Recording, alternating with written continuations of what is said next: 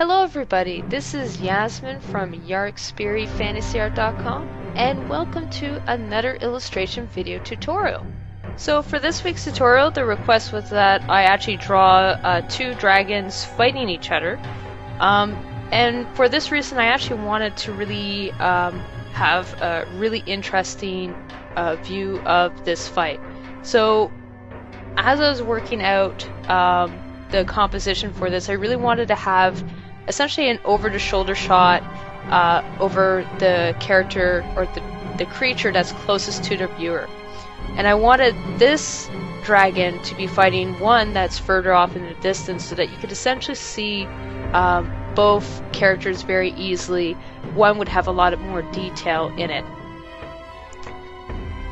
Now, doing such a composition can sometimes be challenging because essentially you don't want to hide too much of the other creature or person that you're trying to draw.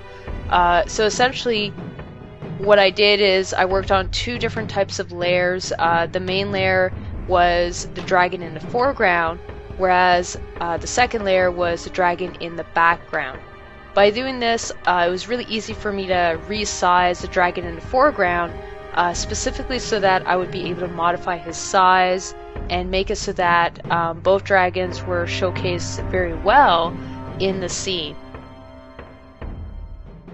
As you can see right now, I'm just working on some of the background elements.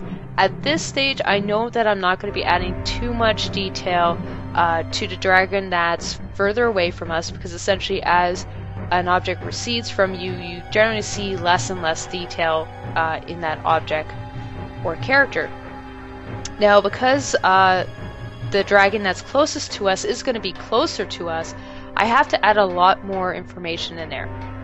So what I start off doing first is I start off figuring out the general structure in a very rough manner of this dragon before I go in and start fine-tuning all the information in it, adding some additional anatomy to help really showcase the dragon and its power, essentially, because I do want these creatures to look very powerful. Now, also something that you will see me do later on is essentially I will add a bit of color to the dragon that's closest to us, simply to help distinguish between the two types of dragon. So since they're fighting, I'm going to actually have the dragon that you can see the most actually blowing flames at this dragon instead. So at this stage, I'm pretty happy with the general information that I added in, and now I'm actually working out on fully fleshing out the information properly. So what I just did is I just added the basic shadow and basic highlights, and I'm just going in now with a soft round brush to help emphasize key areas of the detail. I don't want to emphasize everything, because if I do that, then it'll just look too much detail. Generally, areas that are in shadows, you would see less information. This is less so simply because this is closer to the viewer, but you would still see less information in those shadowed areas. So for this reason, I'm concentrated on the areas that have the most highlight for the information and the detail. I'm just working out some of those arm scales at the moment to help break up the shadows and silhouettes, and fine-tuning the claw area to make it look a little bit more scaled. Because this dragon is literally covered with scales, because it's somewhat reptilian in nature, I really need to show that it does have a scaly surface. So as I'm doing this, I'm actually looking at some crocodile reference and some lizard reference to get general ideas of how I'm going to go about this. Once again, I'm only adding information in the areas that have the most light, specifically to keep from overdoing the information that's in there. And what I'll end up actually doing is using my flat brush that I've customized a while back, specifically to add that little bit more detail into those scales.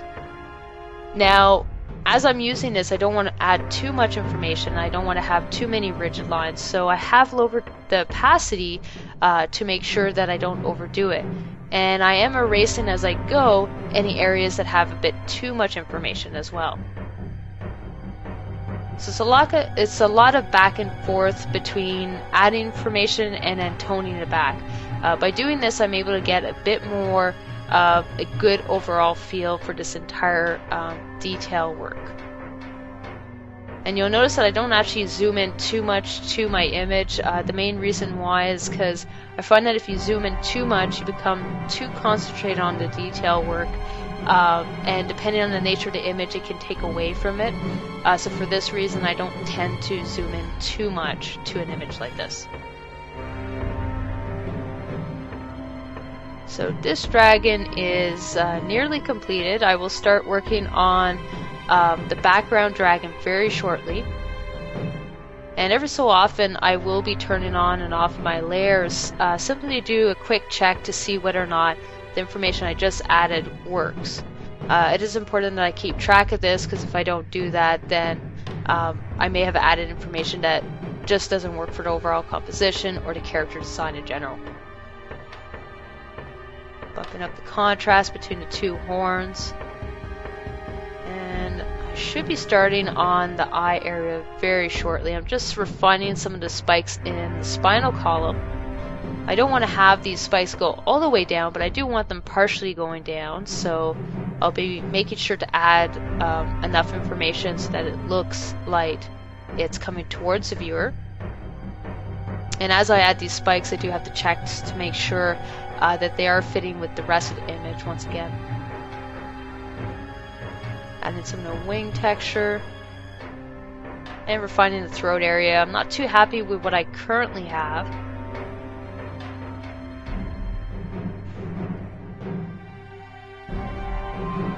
Working up the scales. Once again, I'm experimenting with just how much detail I'm going to add in these areas. And I'm trying to avoid zooming in too much.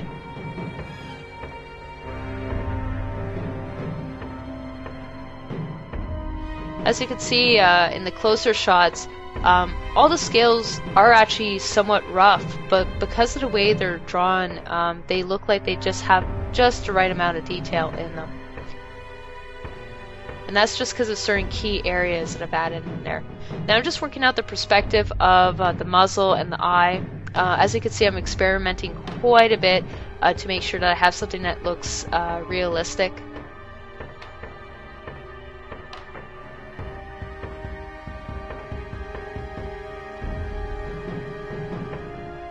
Once again, I'm continuously checking back to make sure everything works. And because this dragon in the background is further back, I'm not worried about adding all that much detail. Like I said before, I still do need to refine some of the information though, so that it does look appropriate for this character. So I'm receding certain areas and bringing forth other areas to make sure that they stand out and they look like they're appropriately detailed for this composition.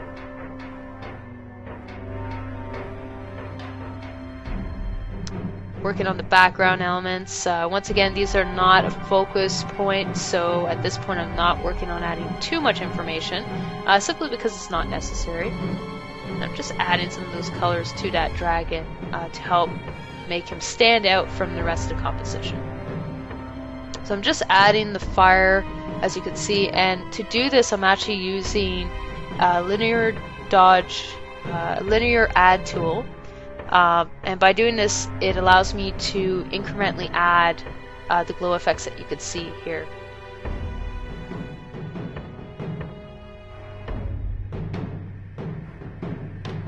If you want to have your say on what's drawn for next week's video tutorial, or have some additional questions about my drawing process, please leave a comment below. I will take the feedback you guys give me and try to answer your questions while working on next week's painting. If you want to see some of my previous works, please feel free to check out the annotations on the side of this video, or visit my channel for the full playlist. Thank you guys for watching, and I hope to see you guys soon. Thank you and take care.